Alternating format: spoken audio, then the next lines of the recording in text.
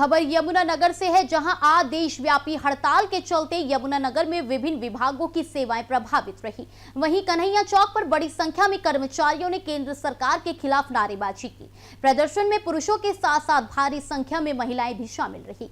कांग्रेस के जिला प्रधान नरपाल सिंह गुज्जर और देवेंद्र सिंह ने कर्मचारियों का समर्थन किया। उन्होंने कहा कि भाजपा सरकार कर्मचारी विरोधी है और कर्मचारियों की मांगे जायज है, जिन्हें तुरंत माना जाना चाहिए। कर्मचारी नेताओं ने आरोप ये भी लगाया कि सरकार ठेकेदारी प्रथा को बढ़ावा दे रही है और नौकरियों में कटौती कर रही है। प्रदर्शनकारियों ने जोर देकर कहा कि उनकी मांगों को तुरंत लागू किया जाए।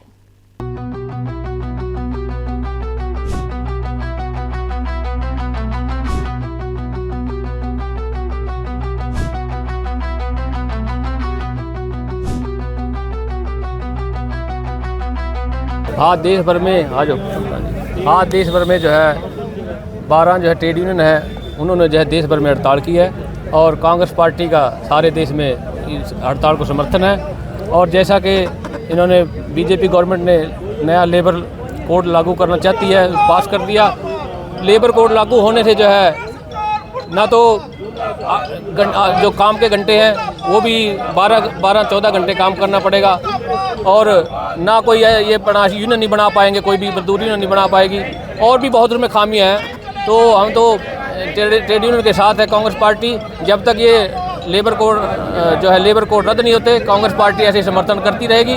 और दूसरा जो ग्रामीण में जो है मनरेगा को ख़त्म करने का बीजेपी गवर्नमेंट ने काम किया है। मनरेगा से जो है कांग्रेस पार्टी ने जब 2005 में मनमोहन सिंह जी की सरकार थी तो उन्होंने संसद में पास किया था कि 100 दिन का रोजगार पक्का जो है ग्रामीण जो है श्रमिक है उनको देंगे।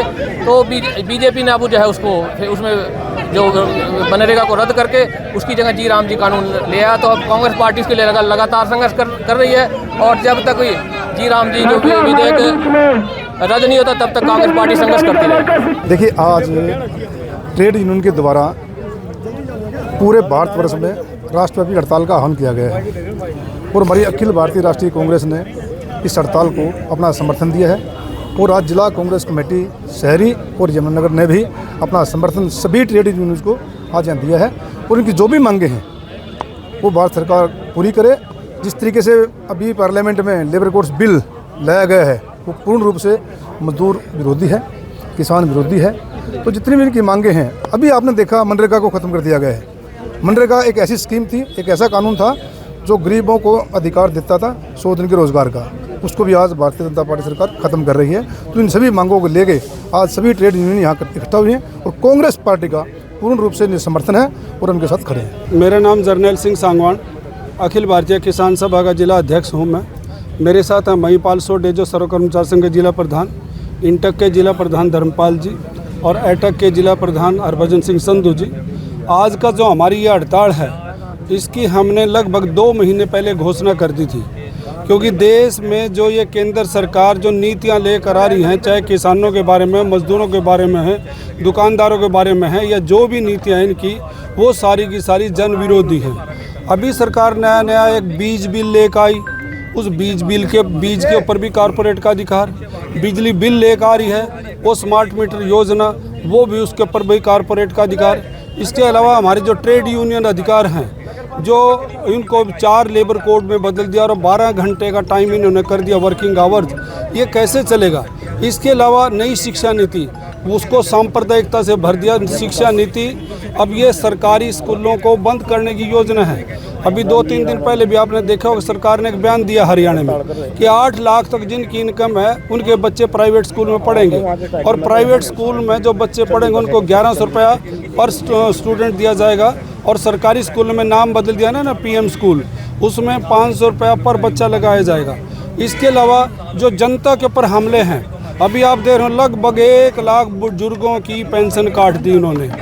इसके अलावा ये जो प्रधानमंत्री फसल बीमा योजना या जो पोर्टल है, ये किसानों के ऊपर एक दबाव बना के उनकी जो सुविधाएं जो उनको मिलनी चाहिए उनको कटौती कर रहे हैं। अभी एक और फार्मर ID लेके आ गए हैं। मतलब पूरी वर्किंग क्लास को, जनता को, किसान मजदूर दुकानदार सभी को ये बांधना चाहते हैं। और आज ही एक पॉलिसी और हरियाणा सरकार लेके आई है कि जिनके 10 साल के व्हीकल हो गए डीजल के या दूसरे और, चाहे वो ट्रांसपोर्ट हैं या बसें हैं, उन सब को बंद करके एनसीआर में बंद करेंगे। और फिर ये जो पेट्रोल वाले हैं, इंजन के 12 साल हो गए, इनको भी बंद करेंगे। तो इसका मतलब ये, और फिर आगे ये जो मोटरसाइकिलें जो पेट्रोल से चल रही हैं, इनके ऊपर भी ये लगाएंगे, प्रतिबंध लगाएंगे। मतलब कारपोरेट की ऑटो मार्केट बढ़ाने के लिए हमारे जो साधन हमारे पास हमने बनाए हैं बड़ी मुश्किल से वर्किंग क्लास ने, उनको ये ख़त्म करके कारपोरेट के मुनाफे के लिए काम कर रही है। और जो अमेरिका के साथ जो डील प्रधानमंत्री मोदी जी कर रहे हैं, ये देश के साथ धोखा कर रहे हैं। और उस डील में हमें ऐसा लगता है कि ट्रंप एक गुंडे की तरह हमारे प्रधानमंत्री को धमका रहा है और धमका कर उससे अपनी सारी बातें बनवा रहा है। जो यहाँ पर पहले जीरो मतलब उसमें यह आती थी, अब जो हमारा जो फसलें, जो हमारी पैदावार, जो हमारे जो एक्सपोर्ट था, जिसके ऊपर जीरो टैक्स लगता था, अब उसके ऊपर भी टैक्स अमेरिका ने लगा दिया। तो इससे ऐसा लगता है कि गुंडागर्दी के तौर पर पहले हम अंग्रेज़ों के गुलाम रहे, साम्राज्यवादी अंग्रेज थे, और अब साम्राज्यवादी अमेरिका के गुलाम बनाने लग रही है। तो हम इसका विरोध करते हैं। पूरे देश की ट्रेड यूनियन मिलकर आज और किसान संयुक्त किसान मोर्चा मिलकर हम इन नीतियों का विरोध करते हैं। और हम ये चाहते हैं कि देश में संविधान का राज हो। ये जो मनु समृद्धि जो ये लेकर आ रहे हैं, मनु समृद्धि से देश नहीं चलेगा। और बार बार एक ही बात दोहरा रहे हैं, सनातन सनातन। सनातन में क्या हाल था हमारा, हमें अच्छी तरह मालूम है। तो इसलिए हम सभी से, किसान, मजदूर, दुकानदार, सबसे अपील करते हैं कि हम सब कमाकर खाने वाले लोग हैं। जाति धर्म को एक तरफ छोड़कर हम इस देश के नागरिक और हमारे नागरिक के अधिकार बचे रहने चाहिए। और संविधान के बचाने के लिए हम ये लड़ाई लड़ेंगे। और सरकार यदि फिर भी न मानती तो अनिश्चित काल के लिए हम सड़कों पर आ जाएंगे। क्योंकि सरकार ये तभी सुनती है जब हम सड़कों पर आते हैं, चाहे वो 26 जनवरी की बात हो या और हो, संयुक्त किसान मोर्चे की बात हो। हम 13 महीने सड़कों पर पड़े रहे, तब जाके बात इन्होंने सुनी है। तो आप लोगों ने मेरी बात सुनी, धन्यवाद सभी का बहुत बहुत।